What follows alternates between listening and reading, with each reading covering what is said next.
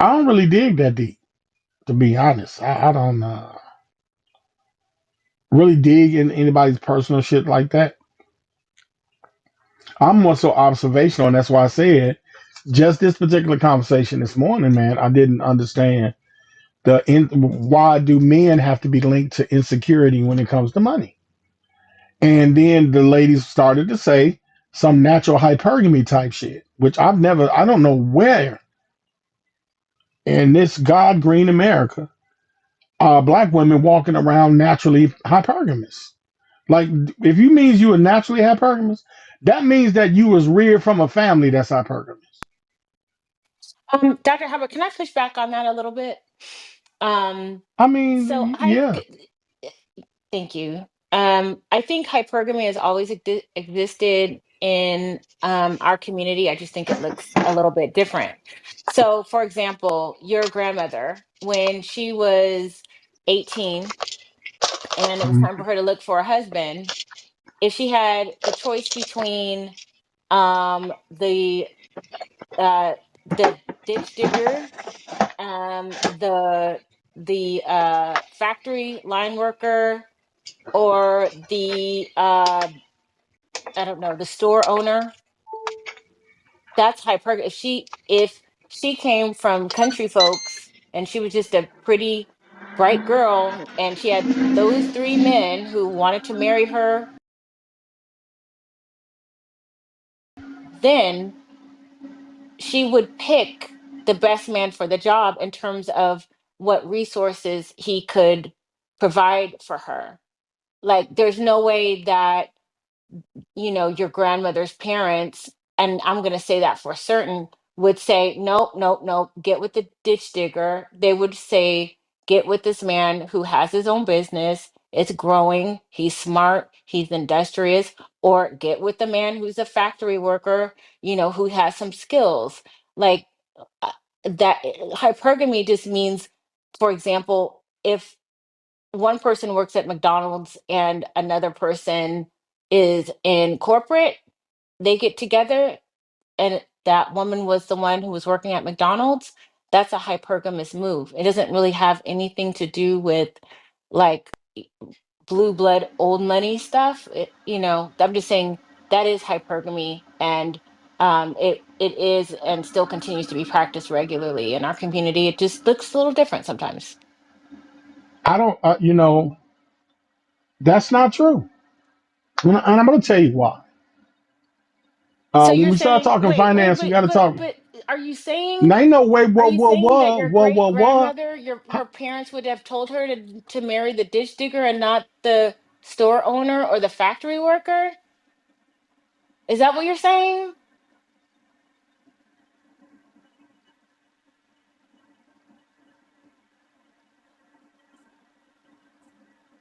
I'm gonna try this one more time. How did you know what I was saying? What I'm saying, and I didn't finish. And you started with I don't Help me out. agree. So I was like, what part don't you agree with? But how did you know? How did you know what I was saying if I just said I don't agree? That's why I Like when asked you for when you said clarity. when you no you didn't ask for clarity. You said I got a pushback. I said okay, and I'll let you give four examples. You could have stopped at one, but you gave four. So now I don't agree, and I'm about to explain. But you said you spoke for me. See this is what I'm saying here. Bread was 18 cents, and we as black folks didn't have a choice between a ditch digger or a store owner. We didn't have no choice. And then the store owner wasn't making no money. The store owner wasn't making no exuberant amount of money. Like the conflation is wild here. We're in a modern day society, and we didn't have a history of hypergamy. That was survival. If you telling me that we had a class of men that was going to take a woman and put her in another class just because he was a store owner when black people was marginalized as a whole, because hypergamy is about taking a person to another class. That's what hypergamy is. So when you say our grandmothers, you're talking about 70s and 60s. So what upper class Negroes was moving around in the 70s and the 60s that was going to take a woman, a black woman, to another class outside of the class she was in. Because see, we stop at money. I don't know why. I don't understand it, but we stop at money. But what didn't no black man have? No wealth sitting in no trust, no assets. I don't understand how when any other discussion about accounting or anything else like that, the wealth sector, that means they have money accumulated, circulating, they got cash flow. They're not working class, they're not living check to check. So just dating up to somebody because they make more income than you doesn't mean they moving you to another class. That's what me and Curtis was talking about. That's what me and Curtis has been talking about. Hypergamy don't mean you going to date somebody that make more money than you. They in a whole nother class. So this is what I'm confused at, Pink. I'm confused, Pink Pill, because I don't understand where women have this ideology as if we lived a life of privilege at some point. I don't know when black folks lived a life of privilege to move somebody in another class stratum.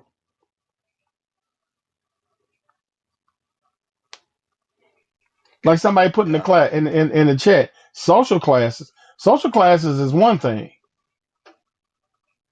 but we're talking about income because that's all I hear. I'm I'm a little I don't confused. I, I don't I don't hear social classes because we don't evaluate people on social class anymore. We don't value people on those type of values. I don't. But just to say though that hypergamy did not exist, it's simply untrue. I mean, we have the black blue bourgeoisie. We do have the talented tenth, W.E. Du Bois. Those type of people, those women most definitely moved hypergamously, and they did so mirroring in a lot of ways what they saw their white female counterparts doing, and that's a fact. Like you know, the whole thing about respectability politics going back there, and the educated blacks versus the non-educated blacks. Like, I don't know if we're going to change the definitions of things, that's fine, but like, you're basically telling me that a portion in history that did not exist when I know for a fact that it did. You don't. I'm gonna say it again. The black bourgeoisie still was in their class. It was less than 0.5 percentile, opposed to the collective. So some black folks wanted to assimilate to whiteness. They was running in the mud, and they would be the first of. Lalita put the definition in the chat right about economic class. We don't have an economic class. We don't produce. We don't pass wealth on. When a black person happens to become black bourgeoisie, they become black bourgeoisie by themselves. They're not bringing their family with them. This is the thing I'm talking about. And then we and everything that we call value is an assimilation of whiteness. Everything that we evaluate each other on is based on the status system that oppresses us. Everything that we do, there is no cultural center. That's why a lot of black people really are just roaming around trying to find some type of identity and somewhere to fit in. This is why we have the nerve as black folks to tell another black person you lazy. But you don't know their conditions. We all not living in the same conditions in this country. We all don't have the same mental capacity or fortitude. The same environment affects people differently. So when I hear this term, black women in hypergamy, I know one thing that was synonymous with black people. taking your ass to work. I don't know no black woman that was sitting around choosing a male suitor that was going to lift her to another class stratum, especially in those 60s and 70s. If you say in the grandmother status, I've never seen no black man coming to pull some black woman out of her class. Shit, what fucking class was he in? We Because was in the the wealth same gap ain't class. the wealth gap has not changed since 1968. So if it ain't changed since 1968, and we talking about our grandmothers, but the wealth gap has not changed. Income don't change wealth. So I'm trying to figure that out. If I took if I took a month's pay from you, no matter what you making at 100 grand, 150, whatever you making, let me take a month's worth of pay from you. See how that work out. Because the economy is the economy. If we talking about people that register in the wealth sector, today it's 150,000. When minimum wage, the majority of black folks was making minimum wage in the 60s and the 70s. How and then owning a store? Okay, they owned the store, but how many black people was coming in there spending $400-$500 in that black store?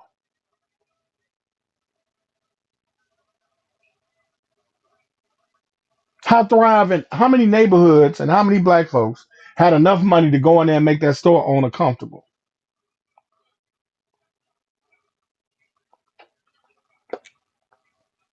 So I understand how it appears to be this hypergamous thing.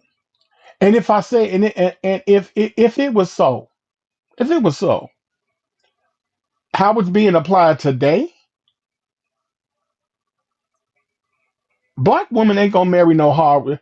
The black women that's using that hypergamy talk, they're not even married the man that would be the business owner or the butcher. You want to marry the CEO, but the CEO ain't black. Is he pink? He gonna have to be white, right? He's If that not black gonna woman have to be. wants to marry, if Listen, that I black don't. woman wants to marry a black man that's a CEO, and since black women are naturally hypergamous, and they out here hypergamous, it's a whole bunch of black men CEOs out here for all these black women, right?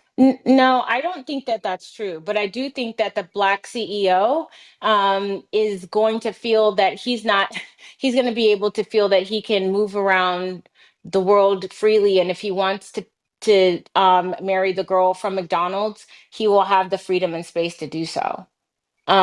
So that's, I mean, that's honestly like, that's what I'm saying. Like, you can't simultaneously, you hear men say all the time that men don't care about your education, et cetera, et cetera. So if successful men, I'm not saying it's true. I'm just saying that this is the narrative that I hear.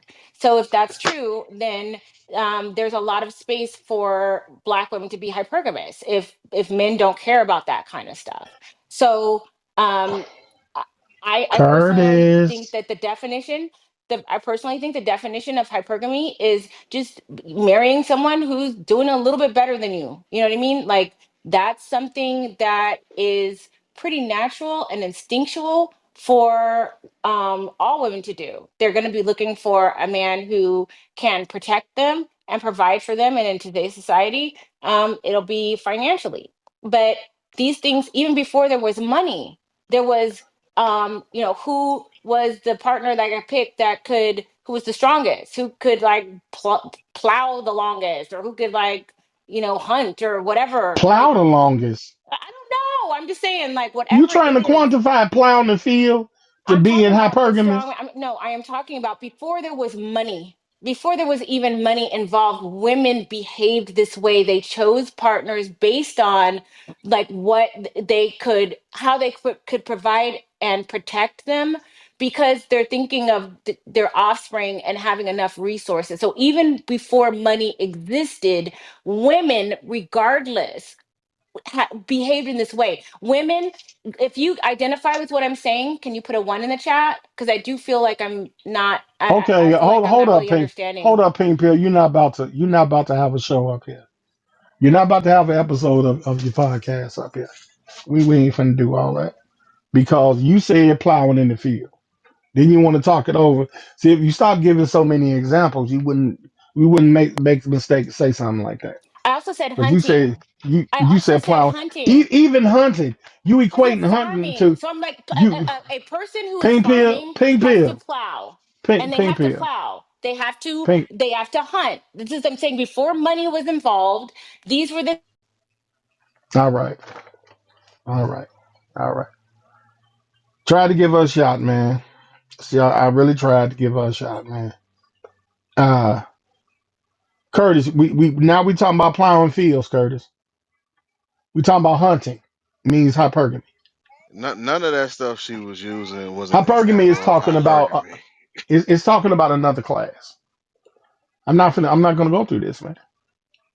See, this is the delusion, Curtis. We really think we on top of shit. I like Pink Pill. We really Bring her back up. I like her too. I like her too, but she not gonna keep running on and talking, man. And put a one in the chat and all that shit. That ain't how I run my room. Ain't no one in the chat unless I say so. I'm not gonna do all that with her, man. I'm not gonna do that. Because you know how we talk about people that talk about relationships, but you gotta look at their present relationship, right? The way you live your life is how you're gonna see the world, right? So I Nah. agree. Most people, yeah, So the way now we live our life is how we see things. I agree. if Pink Pill living the way she lived her life, is it shocking she would say hypergamy? No, it wouldn't be shocking at all because that's how she lived her life. Thank you. But again, like for people like for me, so I it's the majority of the people that I know grew up in the Carolinas. We all have the ability. Hold on, baby. Hold on. We all have the ability to go back to our great grandparents, and some of us are great great grandparents, great aunts, great uncles, different things like that. And I can tell you, down here in the Carolinas, our grandparents and great grandparents and great great grandparents did not have an exchange of wealth. They didn't have any land. They didn't have any businesses. They were sharecroppers, most of them, and we worked what we worked, and we lived off of what we could afford, and everybody was working. Every man, woman, and child was down here in these Carolinas working in the fields and sharing. We had family gardens. We handed down our clothes. You know, we handed down everything that we had, but it definitely wasn't this hypergamous wealth that we're discussing right now. We weren't handing down land, houses, businesses, or or these high-born associations with folks to put us in places that you would call another class. Absolutely not. And so while that might be her anecdotal experience, black people collectively can have never been hypergamous. Like no, how many people in this room can point to their great grandparents or great great grandparents and say that they handed down a whole bunch of wealth to your mama and your daddy? But we know that, Cal. We don't have to reiterate that because that's not my job to validate that when history speaks for itself.